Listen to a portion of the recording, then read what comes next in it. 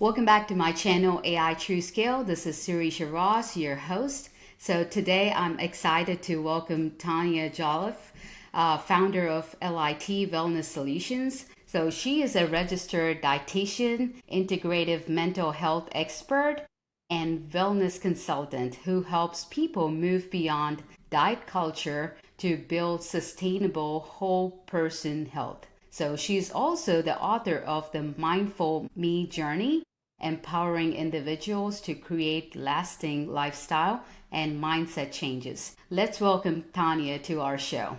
Welcome, Tanya. Hello, hello. Glad to be here. So, can you share us your story and your insights in the wellness area? Certainly, certainly. So I'm from the greater Cincinnati area. I was born and raised in northwestern Ohio and came down here for college and did my internship here after, and went into end-stage organ disease and kidney, liver, and pancreas transplants. And one of the things I learned in working with the sickest of the sick is that we paid a whole lot of attention to how many grams of carbohydrate somebody was eating and the food that they were eating and how much they were exercising. But we were really missing out on the third pillar of health, which was stress, and how stress was influencing how people managed glucose or didn't manage glucose, how it affected their blood pressure, the very things that we were assuming food gave all of the impact to. And I learned very early on in my career that we had to pay attention to hydration and stress and these other areas and how they influenced. And so I stayed home with my children for a few years, and then when they were school aged, I went back into the workforce and worked as a health and wellness coach. And I worked online, and I was in the beginning stages of food tracking, and people were paying so much attention to food tracking and calories in and calories out, and this whole dieting mentality. And what I had learned before that, a decade before, was that we needed to pay attention to stress and hydration in these other areas. And so I learned through that coaching experience that, again, not paying attention, thinking that your body is a bank and it's calories in and calories out, and not paying attention to emotional eating and triggers and all of those things was missing the mark with people making weight management lasting decisions and transformations, and also making health management decisions. And so I have taken kind of the 30-ish years of my experience and brought it into private practice. I wrote my book back in 2019, which is a journaling program. It's not really a reading book. I'm actually working on a reading book right now, but it's really as a doing book to allow people to start to journal and understand what are they doing with food. Maybe they don't recognize that they're an emotional eater. They don't really think of it that way, but it helps them identify management of using food to manage and deal with emotions. And then we can use a non-diet approach to try to understand, what am I doing? Why am I doing it? So that they can start to do it differently, whether they're trying to manage weight or medical conditions or both. Awesome. Yeah, that's interesting because always people say like if you want to lose weight, it's always the diet that you need to follow. And there are so many things in the market with intermittent fasting and calorie deficits and yeah, there's like I mean before I met you, I was thinking that, and it did not sustain for longer. I can only do it for like a month or two, and I fall back. Like, no, I'm hungry. I need to eat more. So what I've kind of helped try to people, and I try to focus and help people understand that there is a place for intermittent fasting for some body types. There is a place for some of these different techniques and approaches, but they are skills. They are not the answer.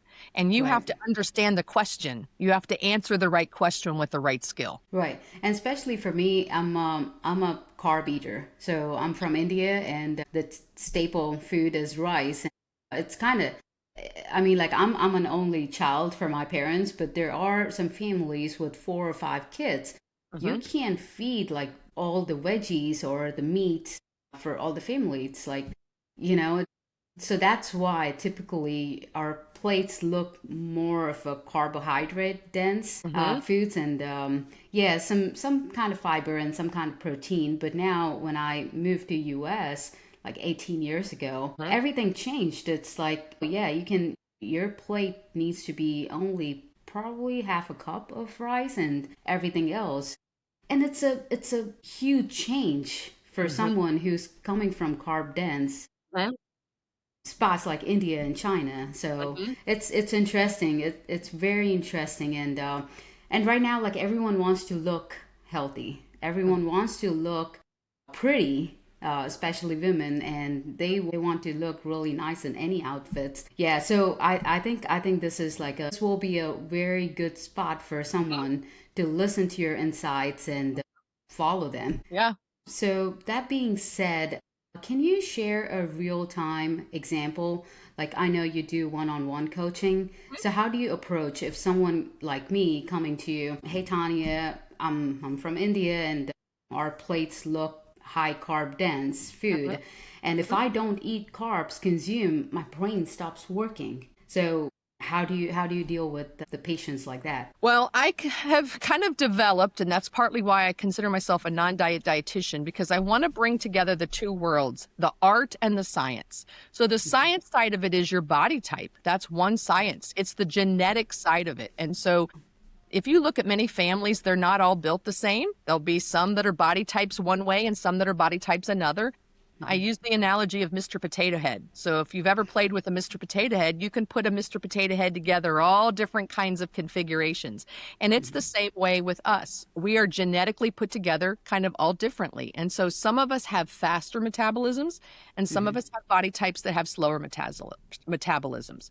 So we want to start with that and we want to understand the science of physical hunger. What does physical hunger feel like in your body?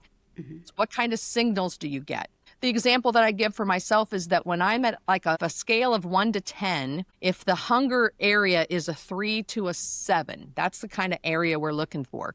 Ones and twos are over hungry. You're really starving and you're not going to make good decisions if you're over hungry. So if we catch it at about a 3, the way I describe it in my body is that for a 4, my stomach rumbles. And at a 3, my stomach growls. And at a 2, my stomach growls loud enough for someone else to hear. So that's how my body signals to me what my hunger level is. And each of us, our bodies have a different way of communicating, and we need to become mindful and learn what our body's communicating to us. So that's the second part of it. Then once we understand what the physical hunger cues are, and we know how to fuel our body with a balance, you mentioned coming from a more carbohydrate-centric eating style. I've worked with a number of clients that are in that same kind of boat. There's nothing wrong with that, but we have to understand that we're going to burn that off much faster. A carbohydrate-focused fuel will burn much faster than one that's more balanced with healthy fats and proteins. Because when you're getting proteins from beans, let's say, that's still 2 to 3 parts carb to 1 part protein. So in that out of balance, you're going to burn it off faster. So we've got to be better at recognizing when our body's at a 3 and fueling it at that 3 before we let it get to the 1 and 2. And then we suddenly are starting to make bad decisions about the fueling choices that we pick. Then the next side of that is to understand if I'm not physically hungry, but I'm reaching for food, why might that be? And that's usually emotional hunger. So there's physical hunger where your body's giving you signals. And then there's the food noise that people describe. That's usually emotional hunger. And so we want to start to understand emotional hunger and where's the difference.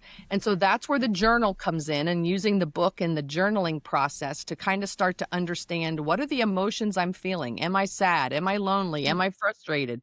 Am I angry? And then how is that emotions? How have I learned to use food as a coping mechanism for that emotion? And then once I understand that, then I can start to use other tools and other strategies to address the emotional component. So that's the way I walk somebody through, a client through. We start to understand the science and the physical hunger. Then we start to understand emotional hunger and the tools and the strategies to deal with that, to retrain the brain, get a dopamine hit from other things besides food. And so that's a process that we just kind of follow, and everybody's unique and an experimental one. So one person might kind of go through that process and learn new skills in 6 months, but somebody else, it might take them a year, to learn the new skills and practice them and get real efficient at them. And everybody's different, and the pace that they follow, the stress in their life is different, the triggers Right. that they have are different. And so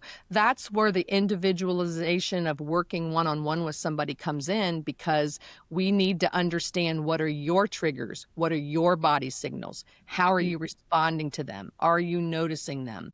Are you not even, you're not mindfully present. You're just kind of Right. going through the motions and that kind of thing.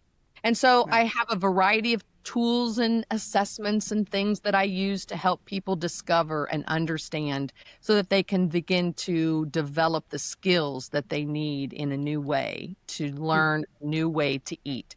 So I always have the approach that I'm not looking to take away anything, Right. because diets are restrictive. We don't want to be restrictive. We just want to learn how to put things with. So maybe, although you're grain based, or maybe you're more carbohydrate based, maybe you would be open to a hard boiled egg. Maybe you Right. would be open to other protein sources that might, maybe Greek yogurt, things like that. And teaching how to pair them together so that the carbohydrate is not quite a spike and a fall, but a little bit more like a More rolling of it. wave. Okay. Makes sense. Yeah, totally makes sense. So if I'm your patient, and how often do I need to see you? What's the schedule look like? And Mhm. especially who's working like 9 to 5, and especially when I know you're concentrating on the trucking and transportation niche, where they need more of your help Well, because they travel. So what do you like? What's your schedule look like? And trucking and transportation is one kind of avenue, but mostly I deal with just men and women who are looking to get rid of emotional eating. So I deal okay, mostly one on one. That trucking kind of niche that I work in is more from a consulting standpoint, and trying to help them okay, learn how to bring healthy meals and healthy eating into the truck. And emotional eating is part of that, because they sit in a truck all day. So a lot of times right, they're doing things to keep themselves awake. So a right, lot of that does transfer, but a lot of my one-on-one clients are just normal, everyday men and women who have dieted for a long time, and they see that it doesn't work, and they want to try a non-diet approach that really helps them understand emotional eating in a whole new way. And really, it works best if you work one-on-one once a week for about 6 to 8 weeks, so that you can learn these new tools and strategies, and then you can start to implement them. And then we try to go to once a month and see how you're right, doing, see how you're implementing, see the changes that are coming. And I just met with a client this morning. She's been working with me for 8 months, and it's really taken 8 months to develop the new skills and the new strategies. But now the weight is coming off. The food noise has gone away. She handled this holiday way better than she handled Thanksgiving. So she's seeing huge improvement as the new brain processes have been developed, and the new thought processes have been, and new schedules and approaches. So it's a different approach. different. It's not dieting. And so it's very different. So you need 6 to 8 weeks of that constant reinforcement and education and tools and assessments. And then we spread it out to once a month, and then once every 2 months. And then, maybe we backtrack a little bit and have to regroup. But they're usually, the first session is about 90 minutes to try to understand your past and your body and your habits. And then we go about an hour once a week. And I have times that are early morning and late at night. So those people, they might meet with me before work, or they might meet with me after work, or some people will meet during lunch hour. So I have times all during the day, and it always just seems to work. People make the time because they want Yeah, to,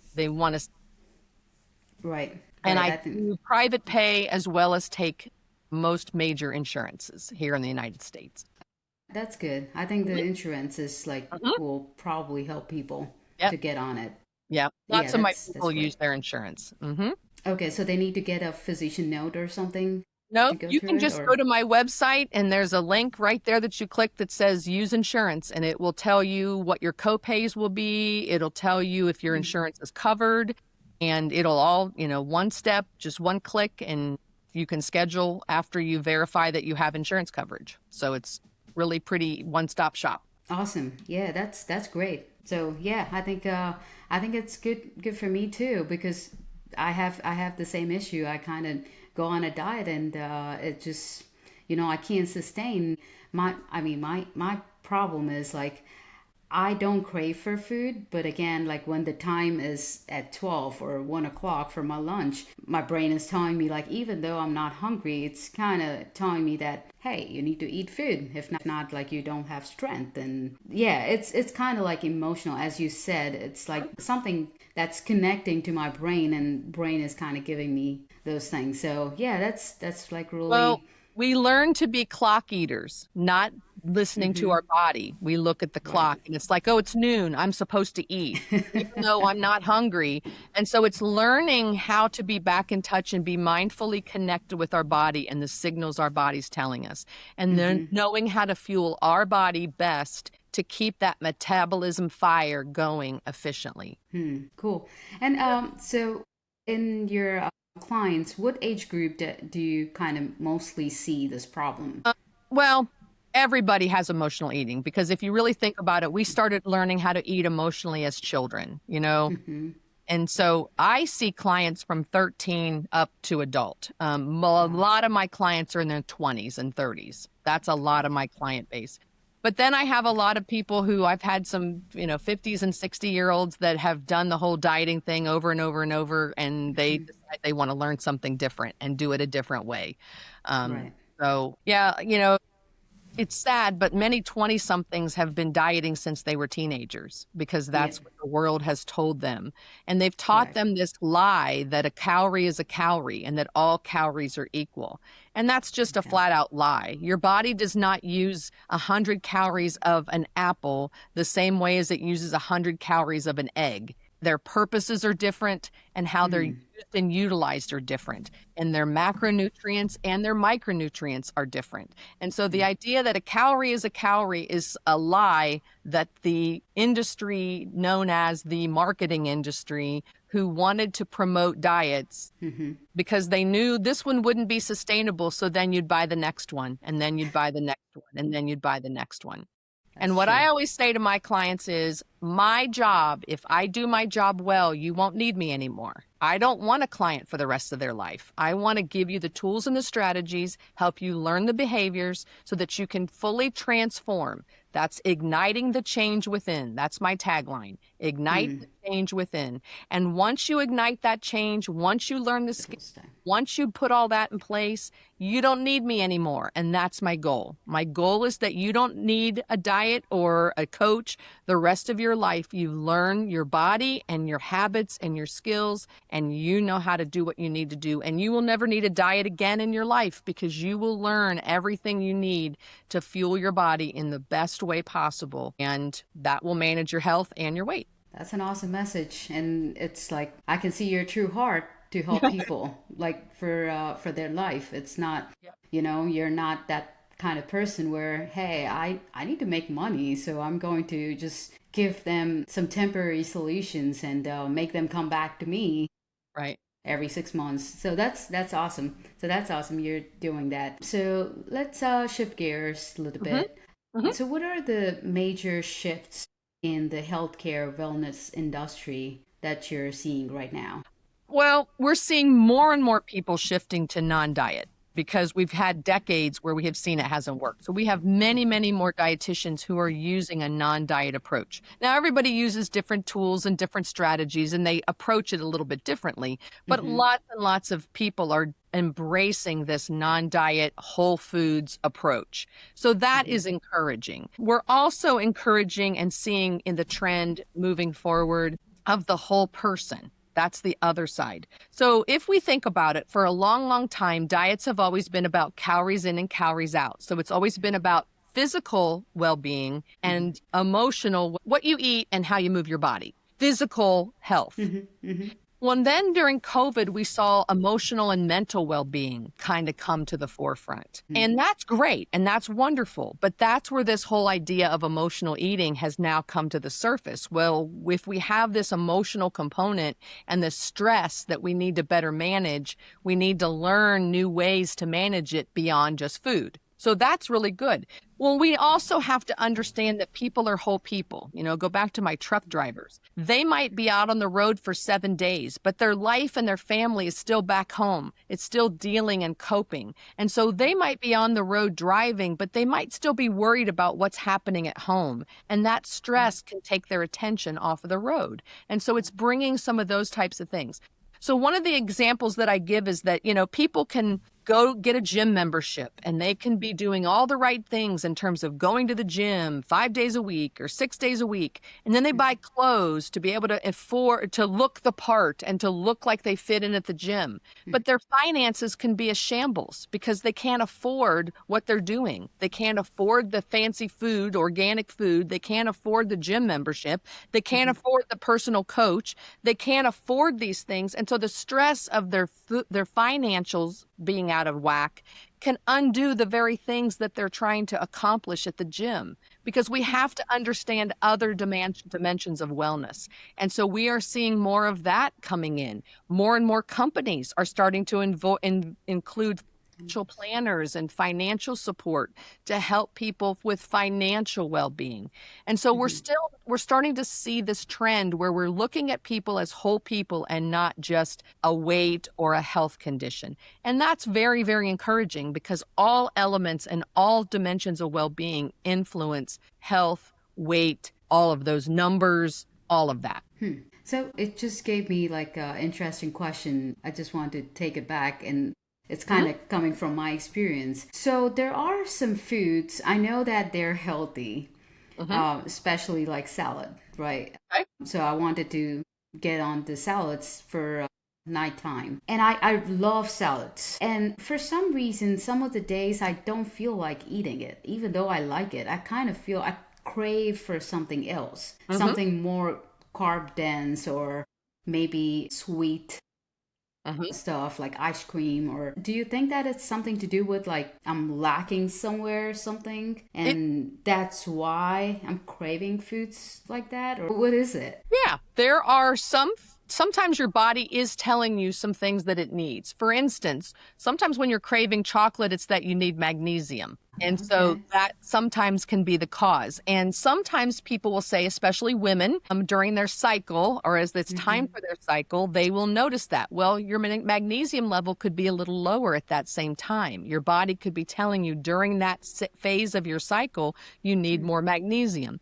Now, you can get that from nuts and seeds and veggies and fruits. So maybe you just need maybe more berries, or you need more of those types of things. And you can add those on top of your salad. You can make your salad include those, but that could be when people crave sugar.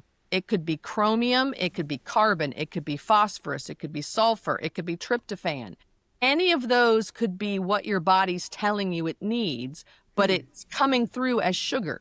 But again, fresh fruits, broccoli, grapes, cheese, cranberries, cauliflower, cabbage. So when you think whole foods, if you're having more fruits and vegetables, by and large, you will be giving the macronutrients and the micronutrients that your body needs. So it's very, very possible that those are the things. So again, there's pretty much nothing that a whole food can't solve. So if you're noticing that you're craving, let's say, something sweet, think about fruits and berries. Those are a great option that are going to be sweet. Dates are my go-to. So when I need something sweet, dates are my go-to. I'll have a couple of dates. There's good micronutrients there, and usually that takes care of it. If it's carbon or chromium or whatever, those are going to come through, and I'm going to have giving my body the nutrients that it needs. Yeah, that's fantastic. Yeah, it's like you're just coaching me in Yep, this podcast. that's what I do. That's what I do. So I'm giving you a little taste of what I do.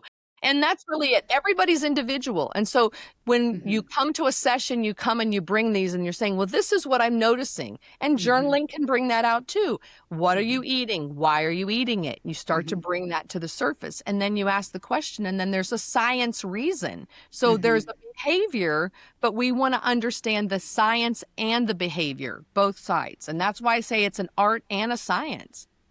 Understanding people who want to manage their health and manage their weight, they're always focused on this prescription of what somebody else gives them.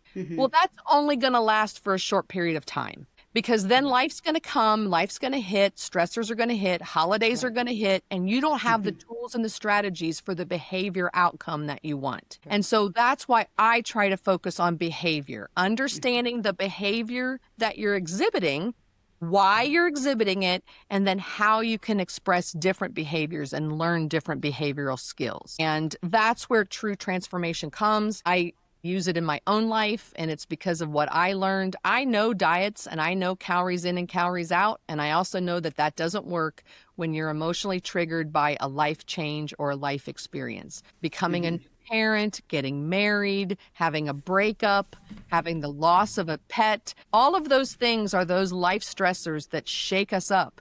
And Hmm. suddenly the diet goes out the window because we don't have the capacity to focus on that anymore because we've got this emotional transition that we're trying to manage. Hmm. You have tools and strategies and you learn to understand your emotional triggers, you just can manage food and use food in a totally different way. And you can Hmm. cope and soothe yourself with other things besides food. And once you've learned those skills, that's where freedom comes. Correct. Yeah, totally Yeah. agree. So I know the answer for this, Okay. but I just want to know what you think about it. Uh-huh. So, with AI playing a big role in healthcare and wellness space, Mhm. what do you think about AI replacing a nutritionist or wellness coach? So, or is there something fundamentally human that cannot be replicated? So I love this question because it's actually coming up more and more in practice. And it Mm-hmm. actually fits for me very well. Someone can get a meal plan. I just had a client last week telling me how they're using AI and they put in all their likes and dislikes and they came up with a meal plan and all of that. Now, if a dietitian is really put her shingle out or his shingle out that they help with meal plans and that's their love and their passion, they could be out of a job. If that's the only thing they're contributing to the industry is really meal plans, then yeah, they could be in jeopardy because AI can really do that very, very well. For me, I don't like doing that. I don't really want to do that. I really want to coach on the other sides that really need the human touch, that need the human understanding, that need the human encouragement, that need to give some love and some reframing and help Right. people reframing the thoughts and the actions that they're doing. So for me, I don't think I'll ever be out of a job because there'll always be that need. But I can marry that AI and I can say to my client, oh, yes, this was actually what happened last week. In the session, she said, this is the prompt I put in. This is the kind of results I got out. And I said, well, you know what? Tweak that a little bit, tweak that prompt a little bit to also include this and this aspect that I think may be missing. She was able to do that, got a little bit better response, and it was a win-win because we were able to balance that carbon protein just a little bit more and fine tune it a little bit more. So I'm happy to support someone's use of that AI and that meal planning and the parameters that they're putting in, but it doesn't jeopardize, it doesn't put me at risk. I don't feel like I don't threatened in any way by that. It's just a way to use that the same way they would use a cookbook or the same way that they would use some other app that they would use as a tool. It's just Right. another tool and it brings all of it together. They still need me to help them use those tools in the right way. I can definitely. That's why I said I know the answer because 15, 20 minutes talking to you, I felt like I did have all the information that you gave, but again, Uh-huh. it's hearing from some expert that makes a difference. Mhm. And again, like how you tie the analogies and to your Mhm. previous clients, I think that makes a difference as well. And I mean, as I told you, I know the answer. I had to ask and Yeah. get your perspective on it. Yeah. Yeah. I will say that I do think there are some professionals who have really focused their practice on giving menus and giving recipes, and they really are, that's their niche. And I do think they do feel threatened. And for me, nope. You bring all those resources and I'll help you fine tune them. I'll help you learn them, help them make them fit. I'm not against apps. I'm not against tracking. I just think tracking is one part of the eating process, and you need to Right. match that with the other three areas of the eating process. Not just what you're eating, but when you're eating, how you're eating, and why you're eating. And so, if there's more tools that are going to help give you more of that data and information, I'm all for it. Correct. So, another question on AI. So, where do you think AI works best? As a coach, assistant, or accountability partner? It can be both accountability if the right parameters that you're looking at are there. So you need a coach to kind of help make sure that the parameters you're looking at are important. And I'll give you an example. For many, many years, people have paid attention to calories, calories, calories. They have used a tracker to pay attention to calories. And what I have learned in my own life and in my practice for the last 30 years is the macronutrient distribution is more important than just the calories. You can eat 100 calories or 120 calories of a Greek yogurt, but if it's more carb focused and not carb protein balanced, you're going to burn it off and your body's going to use it differently. And so it matters that side of it as much, right? So we want to be able to use those tools to understand and make the right thing. So that's great. AI has that practice, but it's definitely not as the coach, because the coach needs to be able to be the synthesizer of the information and then know how to teach and educate for what's missing or what needs to change or vary. But I had AI, somebody explained it that the best way is that it's another voice, it's another seat at the table, it's another reference, another resource. And I totally agree. Yeah. I also see AI being used to make my job a little easier in that they're using HIPAA compliant transcribing. And that does make my job easier so that I can just focus one-on-one on the coaching and the education that I'm providing.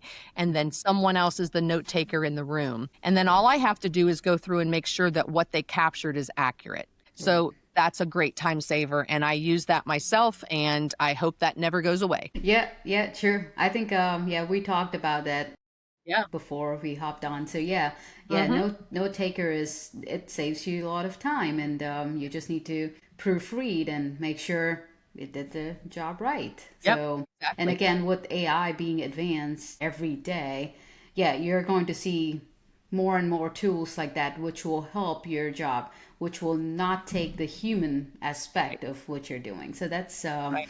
that's a great insight on AI, Tanya. So which brings me to another question. So what's is like in your business? What is working well right now, and what's being frustrating, and what are the tools or resources that you're looking for to solve your frustration? I'll say the one thing that, although I love the note taking aspect of it, I am ready for AI to be a little smarter in that it doesn't need to capture the nuances of the conversation that don't apply to the education or the approach that we're using. For instance, we always start a session with a little bit of small talk, a little connection and human connection about how was your holiday, or how was your Easter, or how was your weekend, or whatever. You don't need to capture any of that. That's just kind of small Right. talk, not at the heart of the education or the teaching or the nutrition problem. And so I'm ready for it to start to sift out some of those kinds of things, because we still need that in a session, because we need to have that human connection and human interaction, but we don't need to have it transcribed, you know? Right. Right. So I'm ready for that, because I'm always having to go through and take a bunch of that kind of stuff out. But the other thing that I see for me is I use it a lot with Open Evidence is a website that I use, and it is research based, but it's using AI to go and search all the different periodicals and new research on a topic. So if I have a client that wants to know, for instance, last week I ran one wanting to understand what's the latest research on ADHD and emotional eating. So I was able to go up and pull all the articles. It would take me forever to go do that research on my own, but it took me 5 minutes, as long as Right. I can put the prompt in correctly and get the information that I'm really looking for. And so there's additional training that we need on putting those prompts in and learning the right ways to phrase things to get back what we really need and want. But yeah, I'm using those kinds of things to help give my clients the science information that they're looking for, while also teaching them the art of how to use that science. Yeah. So that's a that's a different aspect of how you're using AI. So Yeah. that is time consuming. Yeah. But I Yeah. was able to provide what I knew that there was research out there on to Mm-hmm. connect ADHD to emotional eating. And so once I have that, then if they want to go read that research, I can give them that list of 12 references that Mm-hmm. back, and they can go back and do that research on their own to better understand the science side. But that just validifies the art of what I'm trying to teach them of how to change their relationship with food from an emotional aspect. And it's going Mm-hmm. to be a little harder if you have ADHD to beat emotional eating, but we can do it. We just got to know the right tools and strategies to do it. So I bring both of those sides together, and AI helped me do that in a matter of 5 minutes. So, Yeah, that's great. That's a great mhm. example of Yep. how anyone can use AI Mhm. to save some time for Yep. them and focusing on their own clients. Yep. So, Yep. so that brings me to what are this especially for your business. So what are the metrics and growth aspect you're focused on improving in Well, near future? I always look at the outcomes of my clients and how, what are the Mm-hmm. tools that I need to develop to help them have an outcome. I'm really driven. I'm not so much looking for bottom lines. I'm looking for how can I convert clients that they find me, that they can find my website, that they can find the link that allows them to find out if they Mm-hmm. have insurance and get those things connected in. Mm-hmm. And as the clients come, then so comes the revenue. Right. That's really the approach that I look at is just how do people find me and find how Mm-hmm. I'm different, so that they know whether they want to work with me or not. Yeah, I can vouch for that. I mean, like you gave me like a lot of information in like less than 30 minutes. Yeah. Yeah, I mean, everyone out there are like me. So I'm like 40, and Uh-huh. especially after with two kids and 40, there are so many things that I need to concentrate on, and food becomes the low priority, especially, and which should be the opposite. You need to prioritize on the food that you're eating and stay healthy, stay well to take care of your kids and family. So I think everyone wants to focus on that. I think it's just I hope you find a lot of clients, and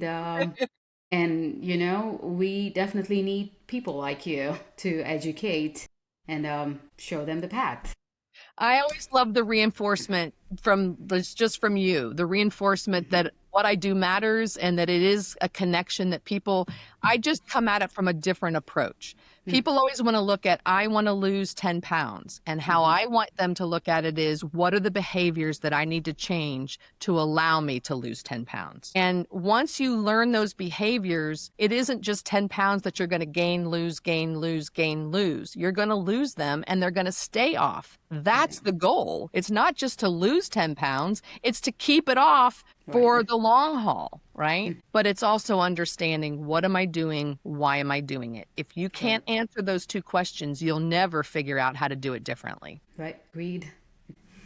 So, another question on your Mhm. um, uh, future goals. So, where do you want to see yourself in next 6 to 12 months from now? Well, I'm working currently on a new book, and this new book Hmm. is not so much journaling. It does have activity at the end of each chapter, but it's helping people with this very thing of understanding emotional eating, how the emotional triggers are different than the physical hunger awareness, and how Hmm. to help people do that. And I would love to be on stages and at people's gatherings and helping teach people in larger groups versus just one-on-one. And Hmm. so I'm looking at how I can maybe start to offer some group classes and group sessions and some things like that, which I have not really ventured into in the past just because it takes more planning and organization and all of those kinds of things to coordinate. And I'm a solopreneur. I'm a private practice person. So it's how do I use AI and different skills to help me do it better and faster so that I can maybe put something like that together. So that's kind of Awesome. where I'm looking at for the next year. Awesome. I wish you good luck with your book. Thank you. So I think one last question. I think we're coming to the end. So Huh? one final question. So if you could solve One major challenge today, what would it be? I think it would be people thinking that there's something wrong with them because they keep turning to food all the time. I mean, in my space, in the health and wellness space, when they start to understand that food is not the enemy, it's Mm-hmm. the reason they're turning to food. It would help with their mental well-being, it would help with their emotional well-being, it would help with their physical well-being and how they're trying to manage their health and their weight.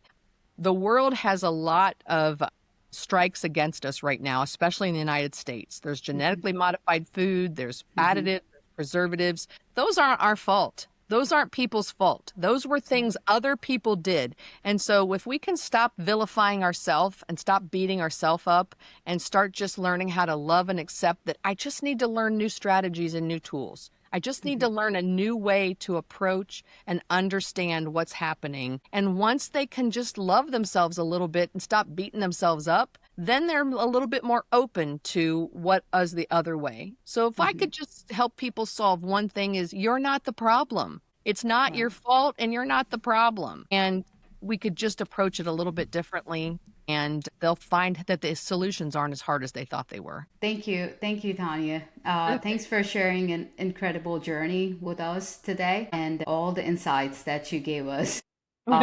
Especially, like, I definitely benefited a lot Good.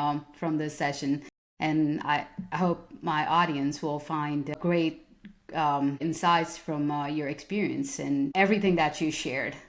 Happy to Yeah, help. thank you. Thank you for your time. I appreciate it. Bye.